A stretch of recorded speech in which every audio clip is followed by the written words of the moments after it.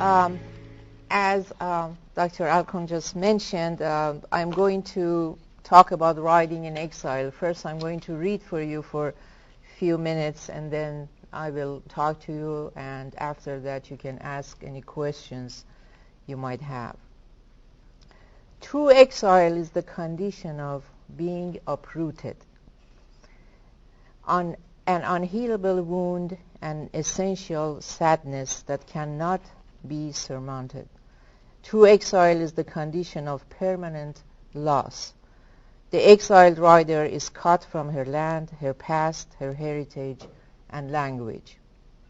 She has to overcome the crippling sorrow of estrangement and create a new self, make a house for the self in an environment that, if not hostile, is indifferent to her.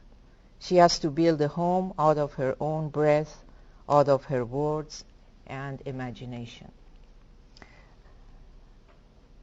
Writing then becomes the exiled writer's safe new home and allows her to return to the old home.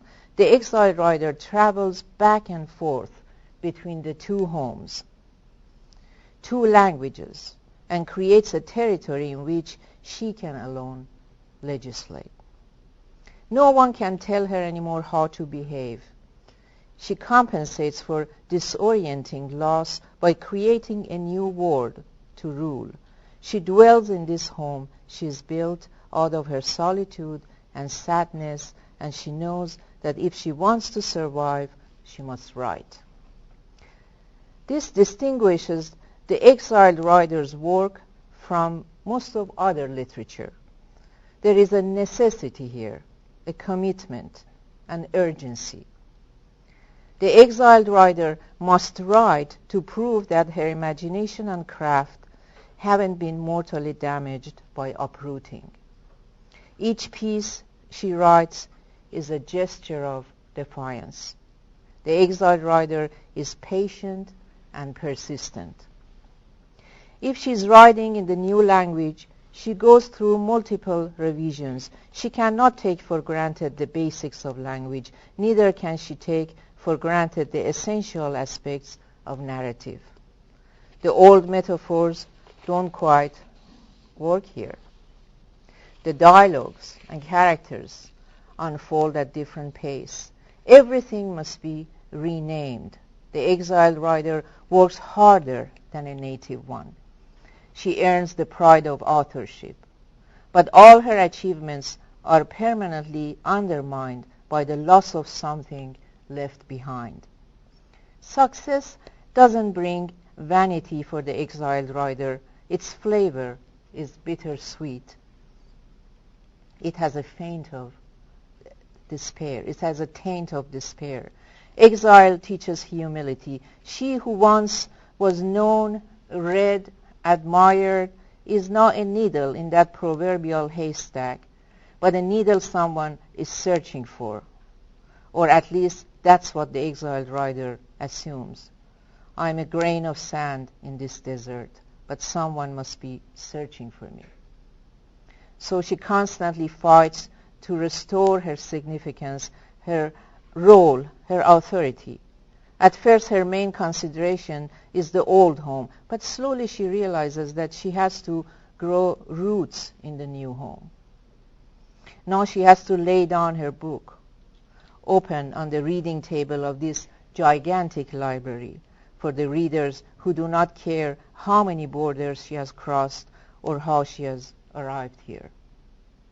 To keep herself from getting closed and shelved, she has to offer new readers something novel, something untold. The exiled writer lives in her self-made house, this house of words, in constant fear of failure, in mortal torment. She has good reasons to fear failure, for only a few exiled writers possess the resilience necessary to oppose the corroding effects of uprooting and isolation. Not all of the exiled writers are able to build a new house out of their own words. Some remain homeless in the new land, anonymous members of the mass. unable to adapt the new language, slowly losing the old. When my life was in danger in 1983, I left my country on foot with my 2-year-old son sleeping on my back. I was 32 when I lost my home, my readers, my language, and a career that had just begun to shape my life as a professional writer. I was brutally uprooted, and my roots didn't recover for years. I went through the pain of linguistic barrier and writer's block. I built and rebuilt a home that could shelter me and meanwhile fought for survival, raising my son. I knew very well that either exile would destroy me or I had to destroy exile. It was a bloody battle, and I'm still fighting it. Victor Hugo, the famous exile of Louis Napoleon, says, "A man so ruined that he has nothing but his honor, so stripped that he has nothing but his conscience, so isolated that he has nothing but impartiality, so disowned that he has nothing but truth, so thrown into darkness that he has nothing left but the sun. This is what an exile is." I was flung away into darkness. I had to seek the sun. Groping in the dark to find myself, my past, and my creative imagination, I sat to write a novel. At first I didn't have an audience in mind. This was meant for me. This was a house I had to build to dwell in. I wrote every day on schedule and raised the tall walls. I wrote without a break for 4 years. I added page to page, chapter to chapter, rewrote, revised, and went back and forth again and wrote again. I created the world out of my losses and my defeats. The grandmother I'd left behind and I knew I would never see again. The smell of fresh earth after father sprinkled water on the brick floor of the backyard. The scent of saffron and rose water after mother cooked rice pudding. I recalled and recreated all this and envisioned the dear cities in which I'd spend my childhood and youth. I gave them a mythical quality and renamed them. Shiraz, for example, became Raz, Mount Alborz, Mother Alborz, the giantess. I rebuilt my country, my dear Iran, within the pages of my book. I remade it, reinterpreted it, lived in its magical boundaries one more time, but now in disguise, in the skin of my hero. I traveled to places I'd never had a chance to. I imagined cities, people, and faces that exile had taken away from me. I lived for 4 years in my dream world, and I built a house to seek shelter in. When the novel at last ended, and I put the last period after the last sentence, I found myself homeless again, an orphan in the dark. I had to survive. I had to battle the darkness, seek the sun, so I sat again to write. Before the first book was shown to anyone, judged, praised, or rejected, I'd begun another one. The exiled writer writes not for pastime, nor even for literary ambition, political agenda, or aesthetic belief. She writes to heal the wound, to cure the pain, to feel the loss. She writes for survival. She writes to unexile herself, to construct a new world that somewhat resembles the old one left behind, to breathe the aroma of home in the new house. Edward Said, the Palestinian-American writer and scholar, points out to a positive aspect of exile. An exiled writer, he indicates, has a privilege. While most people are only aware of one culture, one setting, one home, he or she is aware of at least two. And this plurality of vision gives rise to an awareness of simultaneous dimensions, an awareness that is, musically speaking, contrapuntal. The longer the exiled writer resides in the new land, the more frequent she incorporates the new imagery in her art. But her view of the new landscape and culture always remains detached and fresh. The exiled writer is always in the state of philosophical wonder, and those who write know that what a blessing this is. I'm both cursed and blessed, eternally in pain and eternally in ecstasy. I'm neither that nor this, neither there nor here, and I reside in both, belonging to both.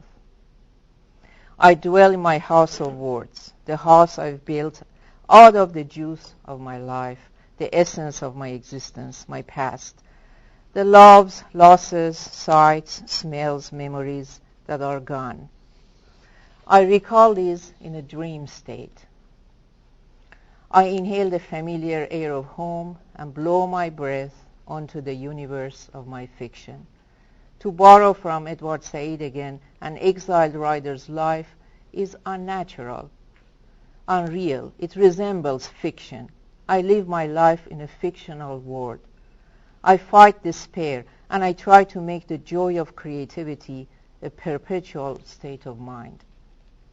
Willfulness and determination are positive qualities of the exiled writer.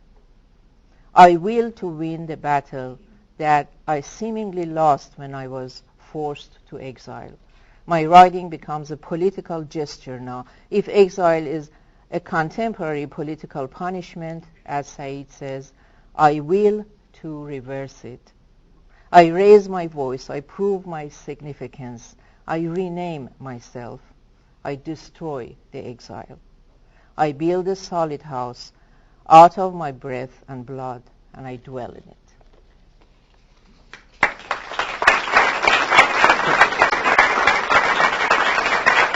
Thank you. Okay. As you may have noticed, I wrote this after I published my very first book, which was in the year 2000, and 8 years have passed since I wrote this piece, and I shared it in a conference at the AWP conference.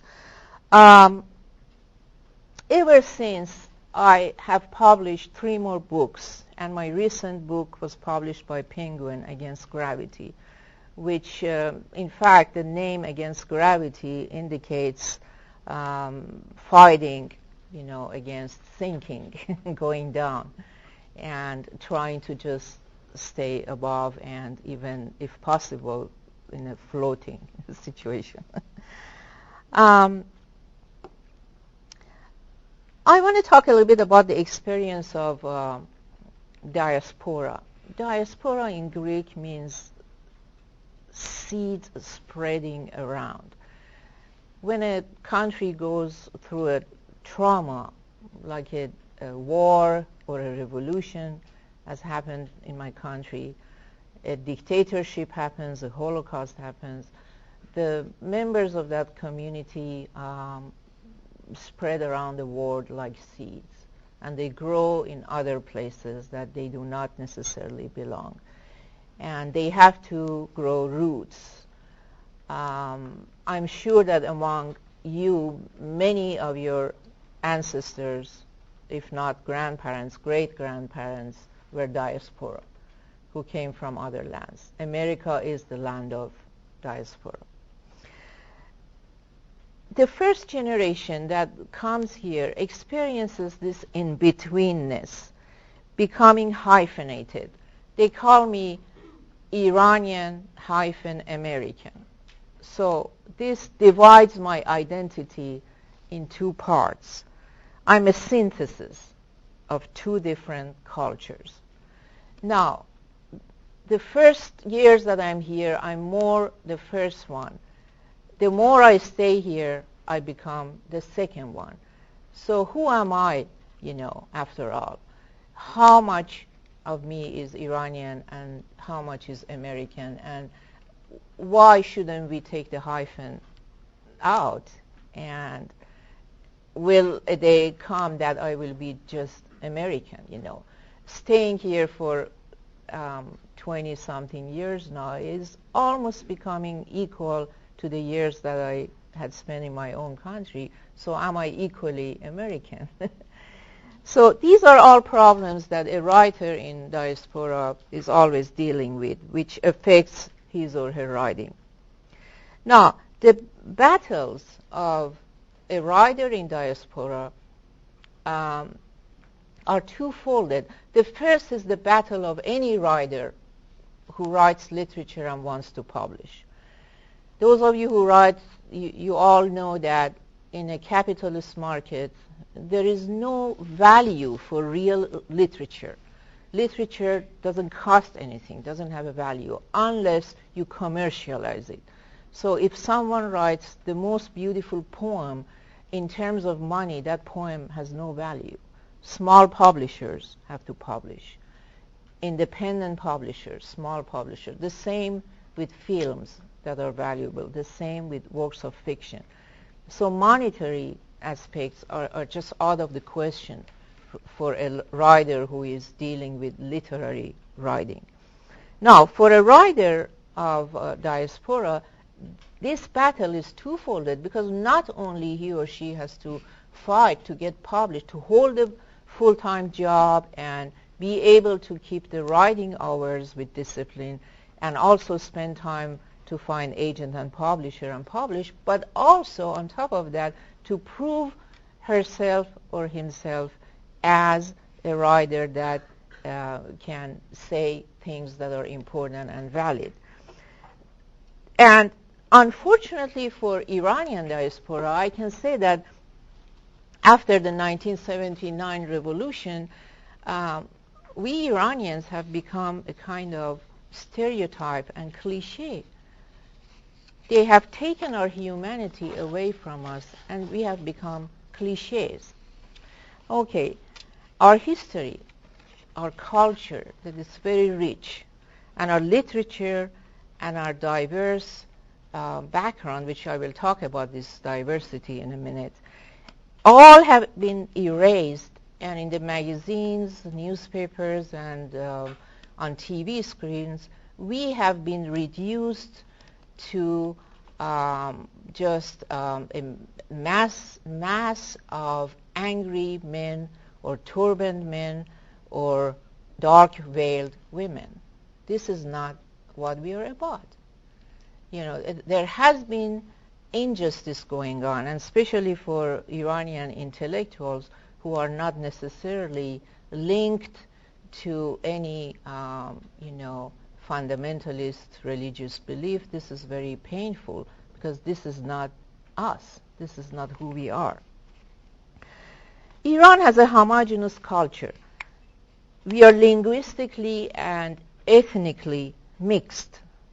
Although the dominant religion is Shia Muslim, but there are Iranians who are Jewish, who are Christian, who are Zoroastrian, which is one of the most ancient religions of the world, Zoroastrian religion. And many of Iranians do not even speak the main language, Persian or Farsi, but they speak Armenian, they speak Turkish, and they speak Azerbaijani. So it's a very diverse culture, a very diverse land, and geography is also diverse. Whoever thinks about Middle East, immediately the picture of a desert comes in mind, but in the north of our country, we have very lush forests, jungles, and Caspian Sea is laying there, which divides our country from Russia. And in the south of our country is Persian Gulf. I mean, it's not really something that the media is giving to us. So all I want to say is that even those who belong to one of these religions, Muslim or Jewish or Christian, they are not necessarily fundamentalists. There are many people who are non-practicing or quote-unquote secular people, that they are born in religious families, but they are not really strictly following the religion. Now, the Iranians in diaspora constantly have to battle about these issues. For example, I remember once a woman asked me, actually in the publishing industry, that when did I take my veil off? She wanted to know when I, unveiled myself, and I told her that I had never in my entire life experienced veil to now unveil it, and even my mother never was veiled, and to surprise you, my grandmother never was veiled. But the only thing I remember about my grandmother, that she has a tiny little scarf that whenever she would go to the market, she would wear that scarf. And it's not that all of the Iranians wear veils. The more I remain in America, or the more any writer in exile remains in the country that is hosting, the more the American issues become my issues. The less the issues back home are my issues, because the bridges are burned and I cannot go back there. So the issues that are here in this society, the issues that every day you watch on TV in the primaries and elections and your future presidents are promising, these are my issues, because I'm living here now for more than 20 years. I care about crime in the cities, I care about health system, I care about unemployment, I care about gas, which I cannot afford to put in my car, and I care about homelessness and the lack of mental health institutions in the big cities to help the mentally ill, and I care about these issues. So as a writer who writes about the issues in the society, gradually the subject matter of my novels are the subject matters of any American writer. I write about an American woman, an American man, American family, and I may have Iranian characters as well, or I may not. So this creates a little bit difficulty with publishers, because aren't you Iranian? They want to pigeonhole me. Okay, the only thing that you can write about is about Iranian issues. I haven't been there for 21 years, man.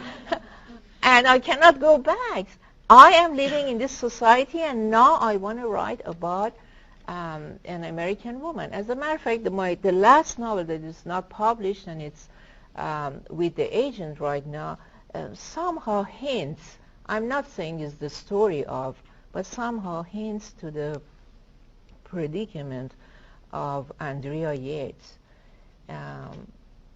You all know her, that she murdered her children, and right now she's alive, she's in prison, and schizophrenia or whatever. So, but that was so shocking for me, that I took that story, that emotion that may lead a mother to such an act, and I incorporated in a new novel. But now I have to prove myself and try to come out of pigeonhole that the publishers have made. Why writing about an American woman? So identity crisis, publishing crisis, danger of writer's block, threatens a hyphenated writer. Ironically, now that she has grown roots, she is more this than that, and the host country has become hers. Her work is looked upon with doubt and disbelief. She's still a stranger to them, and she will remain one. And how can a stranger investigate their issues and write about them? And if she does and writes, is it marketable and sellable? Is it an American novel with the foreign name on the jacket? So now she who was once cursed and blessed at once is more cursed than blessed, and only her willfulness and determination and iron discipline remain, because she knows that it is possible to be defeated even after winning so many battles. I still dream about the old country, the streets of my childhood, obscured in the fog. And when I wake up in the morning, what remains with me is a feeling of melancholy, a feeling that doesn't torment me as much as the first months or years, but it's like bitterness in the mouth that make me moody. And the images in my writing do not resemble the images of my country anymore.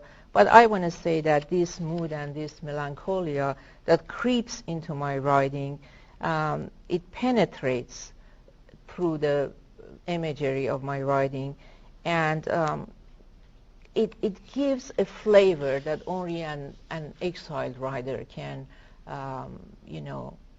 provoke such flavor in the writing.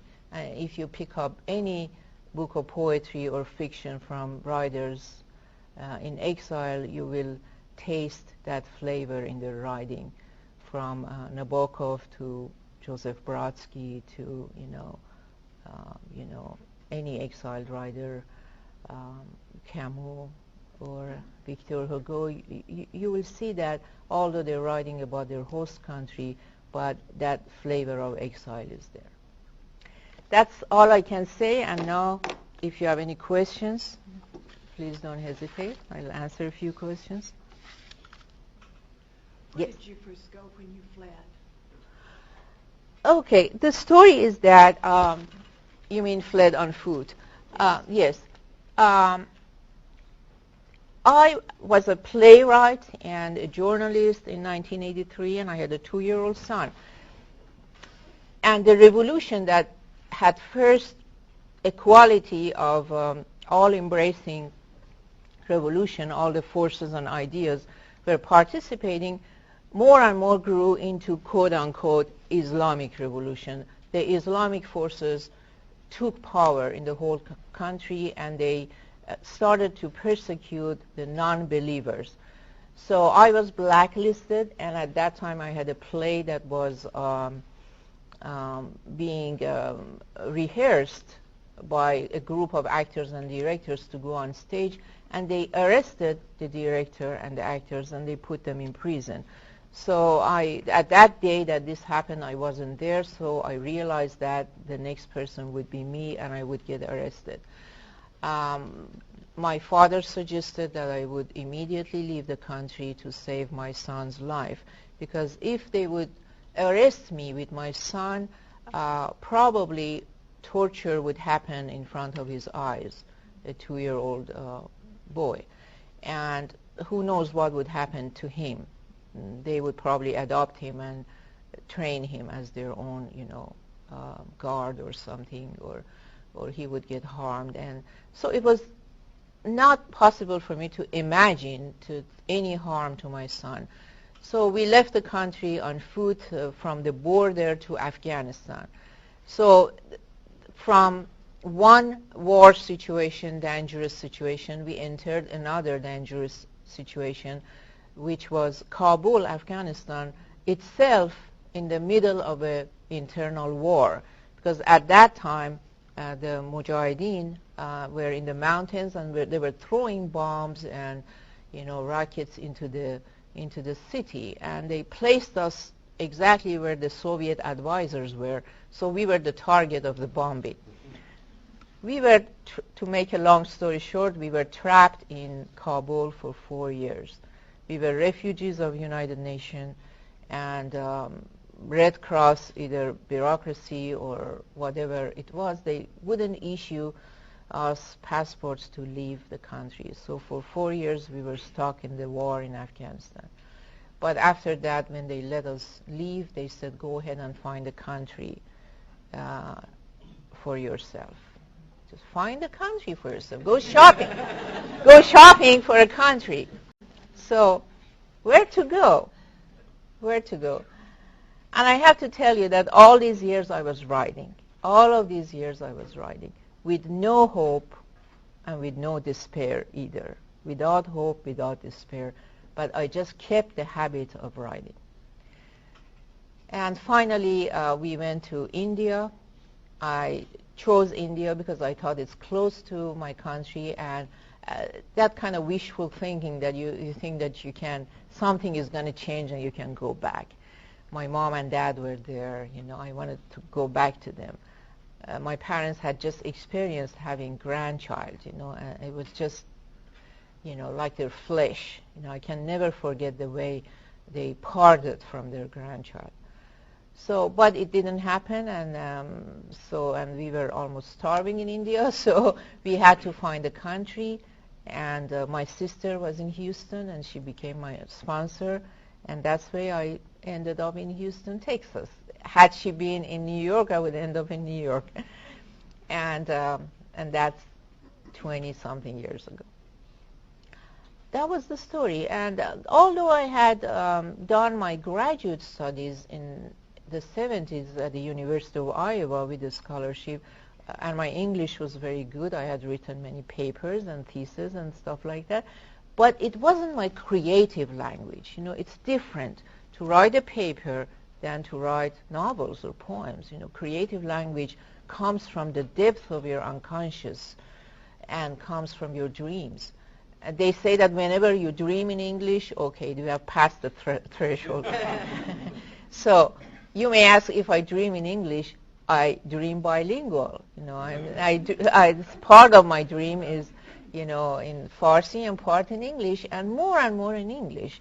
The less I have contact with my family, and because my husband is also American, the more I dream in English. So it's a very peculiar situation to be hyphenated.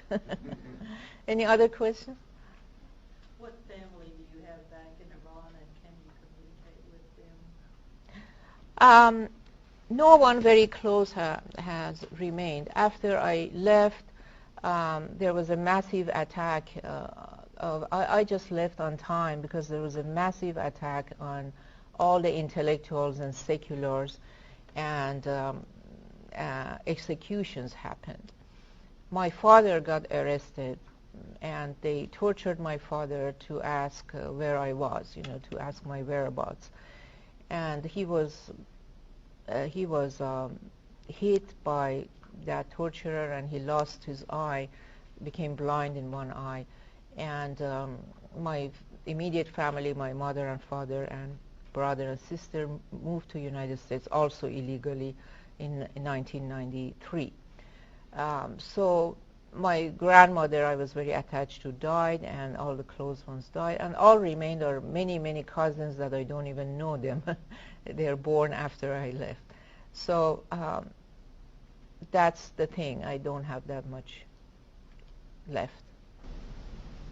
I want to know if the pain of the separation of being uprooted from your, well, it's your life, not just your culture. And not to sound bad, but I'm sure there's a mark in your name over there. You know what I mean? Like maybe people would say your name and think, oh, or maybe they won't even say your name. Over there? Is it all worth it to feel kind of outside of both cultures and to feel that pain? You know that your father gets torturing. Was it worth it for you? Worth for what I did? Yes. Okay. Well, I haven't told you yet what I did. I was a writer. I was a feminist, and I was a journalist, a playwright, and I really never held a gun. I wasn't a guerrilla fighter. And all I did was I wrote, and I was outspoken against injustice, which I still am. I still consider myself an activist here. I speak for women, and I raise my voice for women. I write about women, and these were all the things that I used to do the same in Iran. 9 years of my life here in Houston, I spent in juvenile detention center working with the juvenile delinquents. I consider that my mission to help people. And I would go through the chains and bolts and the electric doors and everything to sit with the juveniles and teach them creative writing for 9 years in the 90s. So whatever I did in Iran, I continued doing here in a different shape and different way. Yes, I think it was worth it.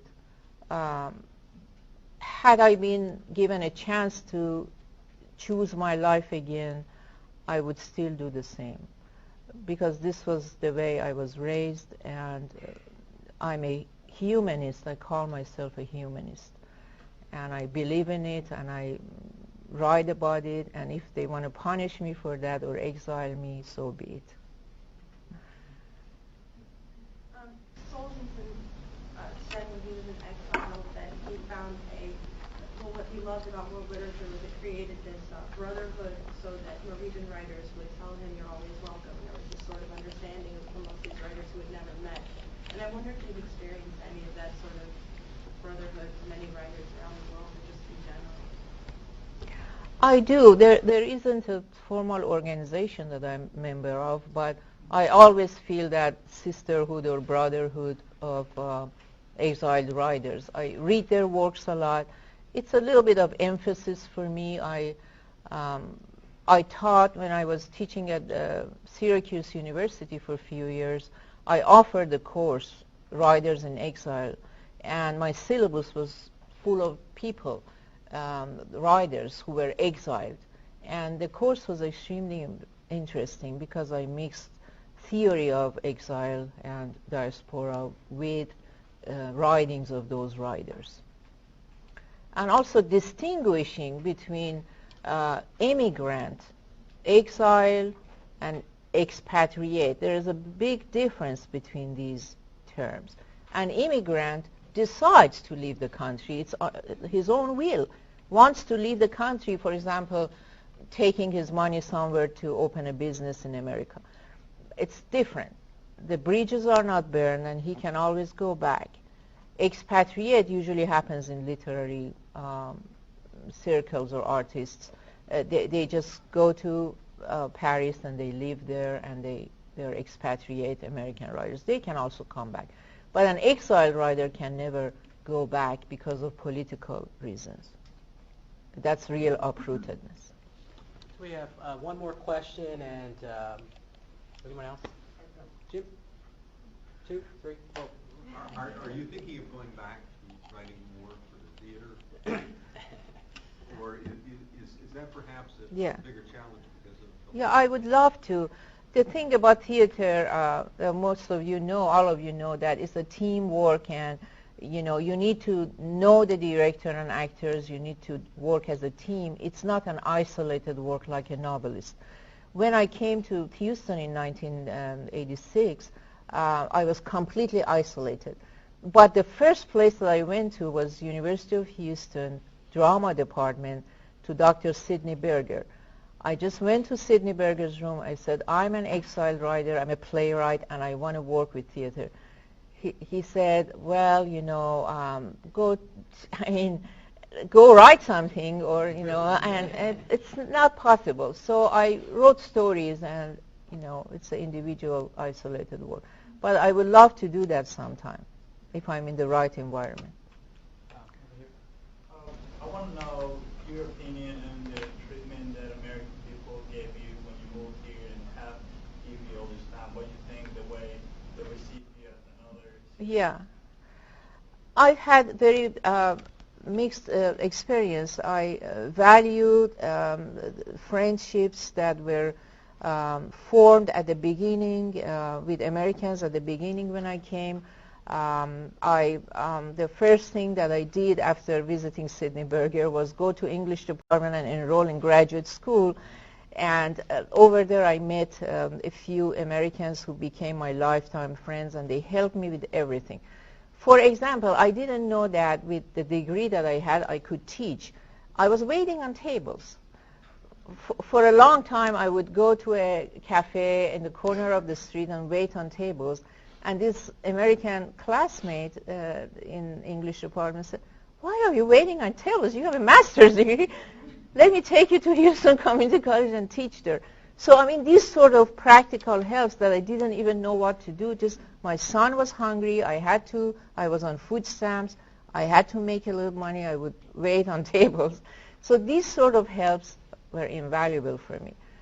But also, as I said, some offending instances, like somebody telling me that, when did I unveil myself, or, things like that has happened. Yeah, you mentioned in your talk that you see America as a land of diaspora. Yeah. Given that the U.S. is once again in a time of narrowing what it means to be American, I was wondering if you had any comments on what you've seen as what it means to be American. Well, it's just very sad, this narrowing thing. That's all I can say. But I'm sure that this is not going to last. Always narrowing, widening, it's almost cyclic. I think that soon, and the views toward who is an American and what is America is going to broaden again, and this is not going to last. Hopefully these sort of things, narrow-mindedness, are short-lived. That's what I think. But if you think about it, just look around yourself. All of you are from somewhere else, isn't it? Yeah. Well, on that note, let's thank Professor Moshiri one more time.